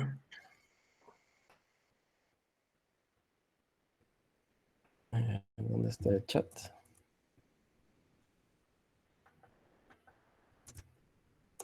Ok, esa es la URL. Entonces pueden entrar ahí, ingresar su correo electrónico que usen a diario y ver si es que tienen alguna vulnerabilidad o en algún momento su correo ha sido involucrado. En mi caso, por ejemplo, tengo 4 ocasiones en donde mis datos han estado vulnerables. Una es con Nitro, que si no recuerdo es un servicio de PDFs, ¿no? Pero ahí, por ejemplo, me dice que mi contraseña y mi dirección de correo electrónico ha estado involucrada, ¿no? Ha estado comprometidas, ¿no? Entonces quiere decir que la contraseña que yo usaba en ese entonces, que de hecho no es tan antigua porque este es del 19 de enero del 2021, ahí están involucradas, ¿no? El primero que tengo es de 00 Web Host, que es del 2015. Y igual mi contraseña y mi dirección IP está involucrada. La dirección IP es como el DNI de tu computadora en toda la red. Entonces, más o menos me podrían ubicar por esa ubicación. Y LinkedIn, por ejemplo, que no es simplemente un servicio cualquiera, sino que es LinkedIn, es de Microsoft, es una red social para empresas o para profesionales. También ha tenido una brecha de seguridad en donde los datos de correos electrónicos y contraseñas han sido involucrados y están comprometidos. Y lo más correcto es que cuando vean un caso así, eh, vayan y cambien su contraseña, ¿no? O que utilicen un gestor de contraseñas y actualicen esta contraseña y creen su contraseña maestra, que los pasos son muy sencillos de seguir y ahí ya van a tener menos riesgo, ¿no? De hecho, con Firefox Monitor, si utilizan Firefox, ahí se va a instalar un plugin que les va a aparecer una bolita o un botoncito adelante en su navegador, y en el momento en que ocurra una brecha de datos y se haga conocida, les va a aparecer una notificación automáticamente que dice tu correo está involucrado, cambia tu contraseña. Okay. Entonces, eso sería todo. Si tienen preguntas, podemos responderlas ahora. Bien, Ángel. Eh, Muchas gracias, muy clara, muy útil, sobre todo este webinar. La verdad son ataques que la gran mayoría, me incluyo, lo desconocemos técnicamente y creo que en esta actualidad que estamos viviendo a través de la pandemia, donde muchos hemos migrado, como dije al principio, ya sea de forma voluntaria o obligatoria, ya sea por el trabajo, ¿no? Eh, Hemos migrado al mundo digital. Entonces, creo que hoy por hoy, que toda nuestra información gira en torno a nuestros dispositivos, definitivamente, como dijiste al final, pues es la información, es nuestro activo más valioso y al mismo tiempo la más vulnerable. Con lo que nos acabas de explicar, ya creo que la gran mayoría sabe qué es lo que tiene que hacer para proteger, para ya no caer, mira, sinceramente, de la cantidad total de contactos que tengo en Facebook, por ejemplo, pusiste un ejemplo muy claro de ese tipo de jueguitos, a qué artista te pareces, cómo se va a aparecer, a quién Sí. se va a parecer tu hijo, ¿no? Ese tipo de juegos que la Otro gente horóscopo. inocentemente, horóscopo, ¿no? De forma ingenua, lo publican, ¿no? Se matan de risa, lo comparten y se hace una cadena, ¿no? Entonces, a veces nuestra inocencia o el ser muy ingenuo en este aspecto nos hace brindar información de más. Y como por ahí hicieron preguntas, es bastante interesante y sobre todo importante de que nos preguntemos si la información que nos está solicitando determinada aplicación o web a la que estamos visitando está relacionada con lo que estamos buscando. Si estoy buscando música, ¿por qué me pides la información de, no sé, a una información muy personal, ¿no? Que no tiene nada que ver con lo que estoy haciendo? Entonces, eso ya que genere la sospecha para ir por otro camino, cerrar esa aplicación, no descargarla y protegernos. Buscar una Luego, alternativa. claro, buscar otra alternativa. Y también hay opciones pagadas, como son los software, que son la mejor opción al final, ¿no? Creo que yo que esa es la salida. Bien, si hubiera alguna pregunta, los invito a que la realicen. Para comentarles también quién es el ingeniero Ángel Quiroz. Hoy, bueno, aparte de ser un gran amigo, él ha participado en diferentes talleres de forma no solamente nacional, sino internacional. Antes de la pandemia, si es que no me equivoco, estuviste en Cancún y Acapulco gracias a Firefox. Si se dan cuenta, pues lleva Firefox en la Sí, sangre. mi Entonces, trabajo. y también por tu trabajo, entonces, no estamos ante cualquier expositor. Agradezco su tiempo y que hayan valorado eh, este webinar. Bien, si no hubieran preguntas, nuevamente Ángel, te agradezco. Una última recomendación también. Dime. Buenas tardes, Hablando de estas disculpe. cosas de las Ah, aplicaciones, que, discúlpame Ángel. El señor Johnny sí, sí, sí, escucho. nos quiere hacer una consulta. Lo escuchamos, estimado. Sí, buenas tardes. Justo en estas pandemias yo he tenido prácticamente la experiencia de participar en varios cursos. Y Correcto. claro, y mayormente la información que nos solicitan a todos nosotros, por ejemplo, es escribirnos en una página, un formulario virtual que nos envía por el Google Drive. Entonces ahí nos piden exactamente DNI, que es la fecha, perdón, nuestros datos completos, nada más. Esa es la información más importante para poder ser prácticamente estimados en lo que son préstamos, entonces. Mi pregunta sería, ¿cómo podría confiar de repente en el caso de una institución que uno no sabe, no conozco tampoco yo, pero me llega, e investigo y entro a institutos? Y una vez que yo me registro, por ejemplo, para desear participar, entonces me dice, si usted desea certificado, ingrese sus datos. Me mandan el link todo. Entonces yo a veces dudo y desconfío bastante en dar, por ejemplo, mi DNI. Claro. Entonces, Ahí, claro, ahí entonces, tiene que tener en ¿eh? cuenta que cada persona o sea, cada página web que le pide su correo electrónico, sus datos, su DNI, su número de celular, debe estar debajo de la ley de protección de datos, que es una ley peruana que está aprobada. Entonces, cualquier persona que siente que sus datos han sido vulnerados, lo más correcto es apelar a esta ley, ¿no? O sea, en el caso, por ejemplo, creo que es Indecopi la que se encarga de ver y decirte que tu correo solamente sirva para el servicio que estás utilizando de institutos académicos, ¿no? Si te llaman, por ejemplo, te registras en un instituto para una charla y después te llaman del banco XYZ a decirte publicidad, tienes el derecho tú de decirle a la señorita que está hablándote del banco de cómo ha conseguido tu número, cómo ha conseguido tu correo y decirle, ella está obligada a que te diga. Si no te está obligada, le puede mandar una multa muy grande por parte de Indecopi, por haber conseguido tu correo de manera muy sospechosa. Irregular, ¿no? Irregular. Claro, exacto, irregular.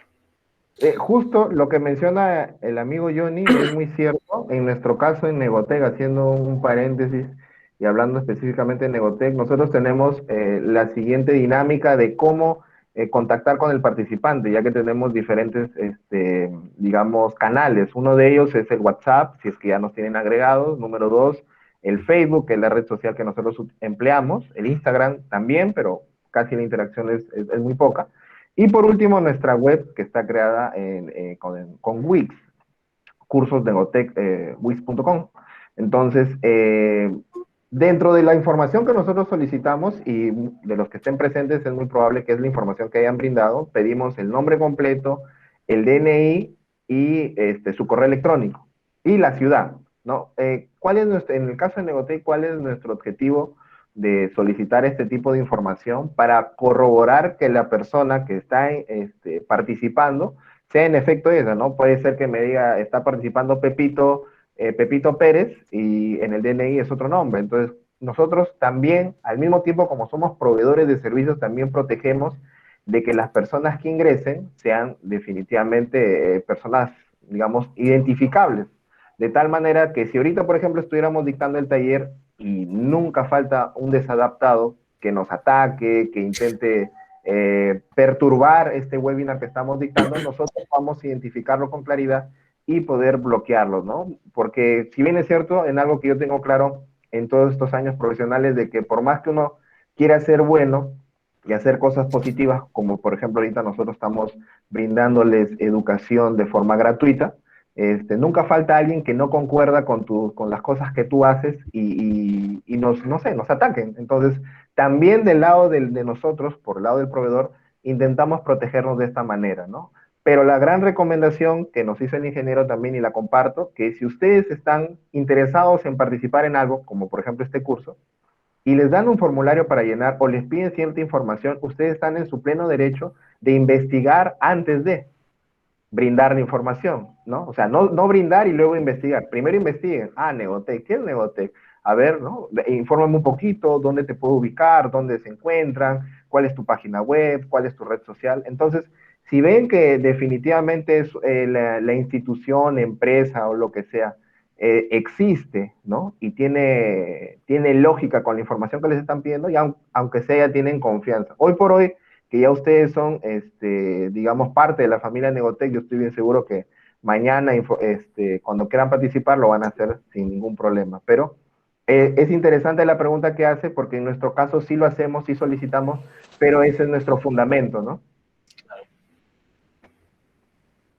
Bien, gracias Johnny por tu pregunta. Entonces, si hubiera alguna Muchas pregunta gracias, amigo. adicional, no, usted, procedemos a hacer un pequeño sorteo, vamos a hacer un sorteo, ya que les comento, no sé si Ángel podrías dejar Sí, de compartir para compartir yo. una última Correcto, correcto. recomendación es que, teniendo en cuenta el punto de seguridad informática que involucra nuestros datos, uno de nuestros datos principal es nuestro cuerpo también, ¿no? Entonces, ahora en Instagram o Facebook tenemos los filtros estos que nos ponen efectos. Las aplicaciones o se ha visto casos que las aplicaciones que escanean nuestro rostro para poner los filtros, modificarnos, están robando información realmente de cómo son nuestros factores de la Faciales. cara, ¿no? Exacto, faciales. Y eso también se puede vender información, están vendiendo información a terceros, empresas de publicidad o empresas que realizan estudios sobre rastros faciales de genética y cosas así. Entonces, si la aplicación también les involucra dar permiso a su cámara para escanear a ustedes, tengan mucho cuidado porque en realidad sí o sea, no es tan seguro usar una aplicación que te reconozca facialmente. Bien, no, y al final, porque esta situación del trabajo remoto, de la educación remota, de todo lo que estamos viviendo, la verdad, pues no tiene para el 2021 ni 2022. Yo creo que estaremos 3 años más en estas condiciones, así que lo mejor que podemos hacer es actualizarnos, capacitarnos y prevenir antes que lamentar. Agradecer su tiempo de todos los presentes, agradecerte Ángel, toda la información que nos has dado, yo creo que a todos los ha hecho reflexionar de lo vulnerables que nos encontramos en estos tiempos. Tal vez antes no era un tema de evaluación porque la gran mayoría de tiempo la pasábamos en la oficina o en la empresa misma, ¿no? Entonces, hoy por hoy estamos trabajando con nuestros propios dispositivos y es lo que hace que no solamente esté en riesgo la información de la empresa, sino que nuestra información personal, entonces es más delicado. Espero puedan todos aplicar las recomendaciones brindadas el día de hoy. Como les dije, Ángel Quiroz es un ingeniero muy reconocido, no solamente a nivel nacional, sino internacional, muy al margen de que es mi amigo. Me parece uno de los mejores profesionales. Si bien lleva Firefox, lo lleva en la sangre, todas sus recomendaciones son aplicables y válidas para todos los presentes. Gracias, Ángel. Gracias también por la invitación para la charla. Bien, bien chicos, entonces que sigan teniendo un excelente fin de semana, desearles lo mejor y espero encontrarlos el próximo sábado en nuestro taller de marketing de contenidos a cargo de la ingeniera Yajaira Campos, especialista en marketing digital. Se sorprenderán de lo importante que es el marketing hoy por hoy en nuestras vidas, así que quedan cordialmente invitados. Nos estamos viendo hasta la próxima. Cuídense, hasta luego.